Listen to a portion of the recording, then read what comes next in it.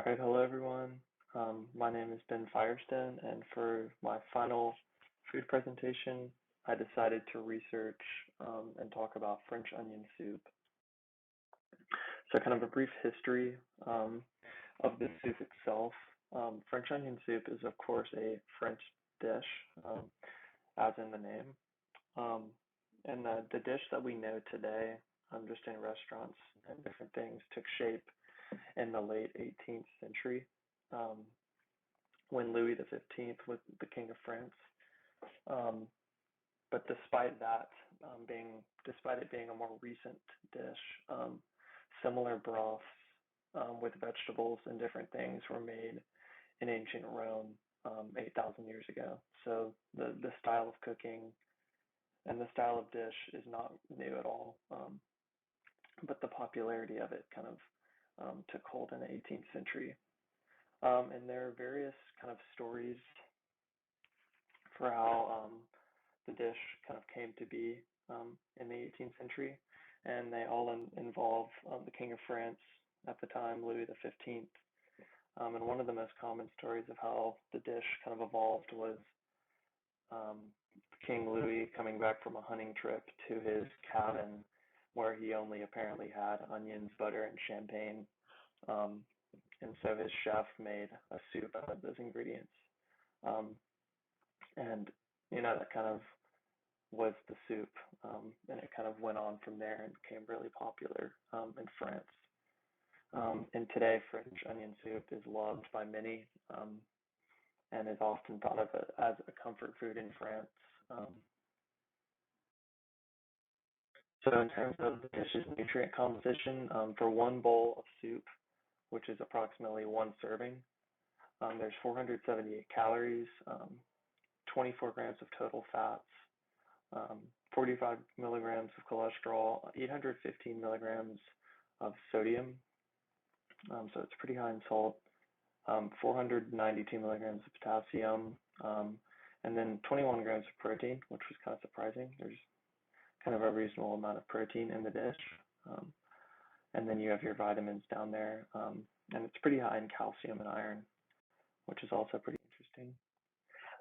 In terms of relationships to any diseases, I couldn't find any relevant research regarding the soup as like a primary cause of a disease.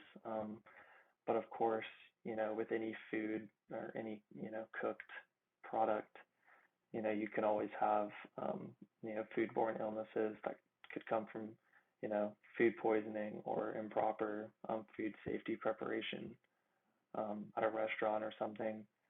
And then also it's important to bring up, like with any other high calorie, fatty food, heart problems and diabetes and those sorts of kind of long-term diseases could become present, if you eat it enough.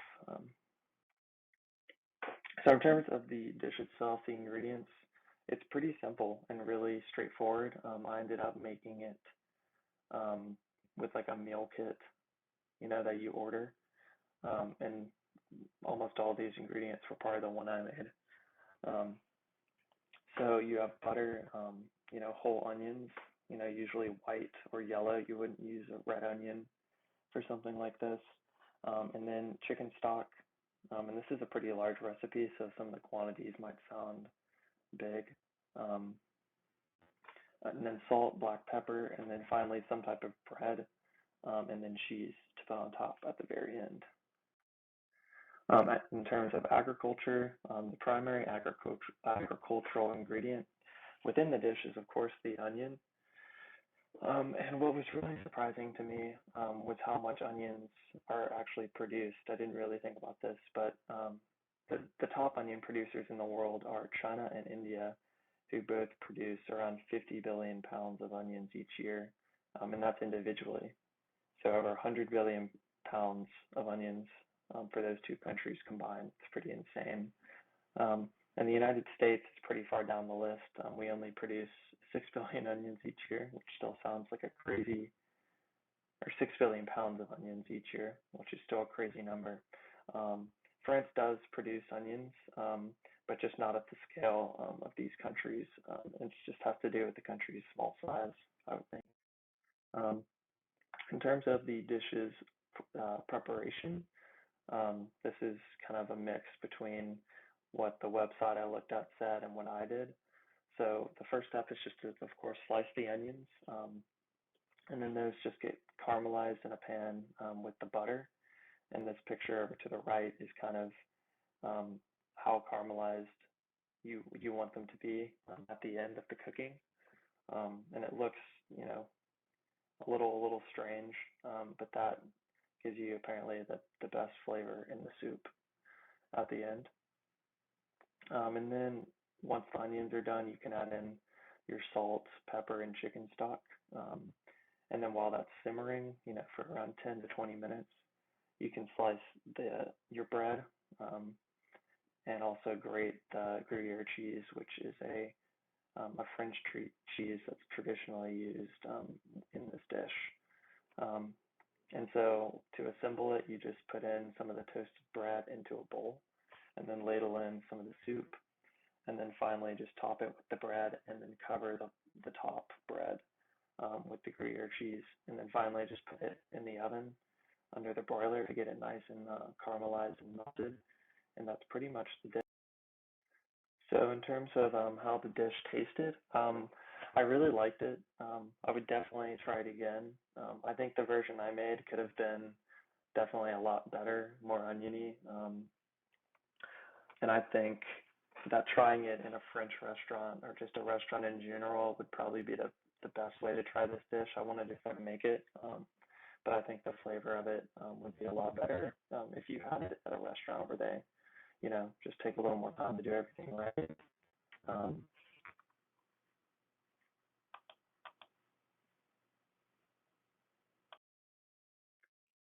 Here is a photo of the dish I tried.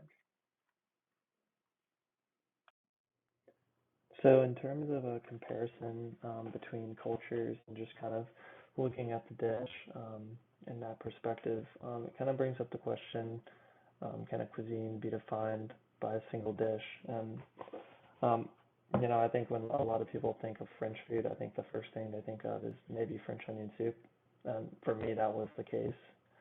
Um, I don't know, it's not a good thing or a bad thing, but it's just interesting to think about in that way. Um, you know, just one popular dish kind of defining a cuisine. Um, and another thing that kind of struck me while trying it and just researching was, you know, how French onion soup is, you know, a comfort food. And seems like a comfort food. It kind of takes that role in France, which is also interesting. How a lot of those foods kind of get popular, you know, worldwide, more or less. Um, and, you know, I think a reason for this is just its simplicity and, you know, how good it is. You know, those are reasons why it could be, or, you know, why it's become popular outside of France. And here is the references I used for the presentation. Thank you.